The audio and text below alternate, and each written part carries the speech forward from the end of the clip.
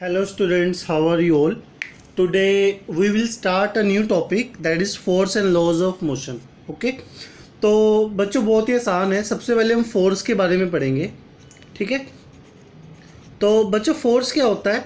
एक ऐसी physical quantity जो किसी भी बॉडी को या तो रेस्ट पे लाती है या मोशन में। मान लो एक ब्लॉक है आपके पास, ठीक है, और ये ब्लॉक मान लो 5 kg का है, और मैं अगर इस पर फोर्स लगाऊंगा, इसके वेट से ज़्यादा फोर्स लगाऊंगा तो ये चलने लगेगा। ठीक है ना? यानी वो रेस्ट पे पड़े हुए ऑब्जेक्ट को मोशन में ले आएगी। क्लियर?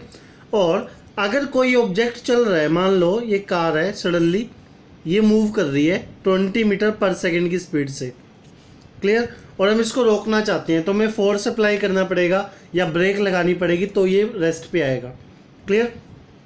तो बच्चों फोर्स एक तरह का क्या है? पुश और pull. Okay, it is a kind of push और पुल। क्लियर? जो किसी भी ऑब्जेक्ट की पोजीशन को चेंज करता है या चेंज करने की कोशिश करता है।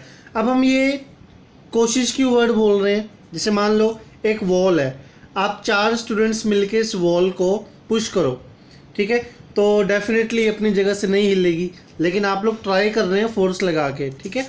तो फोर्स बच्चों या तो पोजीशन को चेंज करेगा या उसको चेंज करने की कोशिश करेगा। Clear?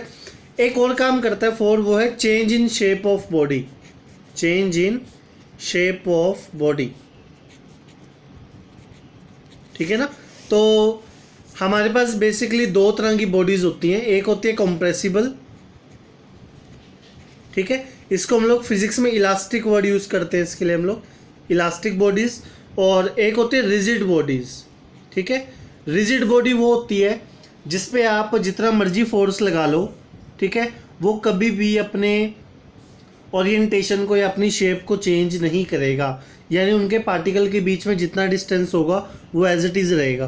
Clear? So it is very easy. और इस सारे चैप्टर के अंदर हम लोग रिजिड बॉडी पढ़ेंगे। ठीक है? ये इलास्टिक जो बॉडी है वो हम 7th यूनिट में पढ़ेंगे। क्लियर? तो बच्चों बहुत आसान है इसको समझना। ये हम आपके पास में सिलेबस लिंक कर रहा हूँ मैं आपका, ठीक है, तो इसको आपने ध्यान से सुनना है। अब फोर्स के बाद आता है आपके पास types of forces. Types of forces. Clear? Again type of forces बहुत आसान है।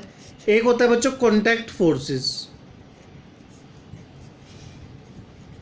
या इसको हम लोग मैकेनिकल फोर्स भी बोलते हैं। जैसे आप एक ब्लॉक को अपने हैंड से पुश कर रहे हैं या पुल कर रहे हैं, ठीक है, तो ये कॉन्टैक्ट फोर्स हो गया। बच्चों एक होता है नॉन कॉन्टैक्ट फोर्स।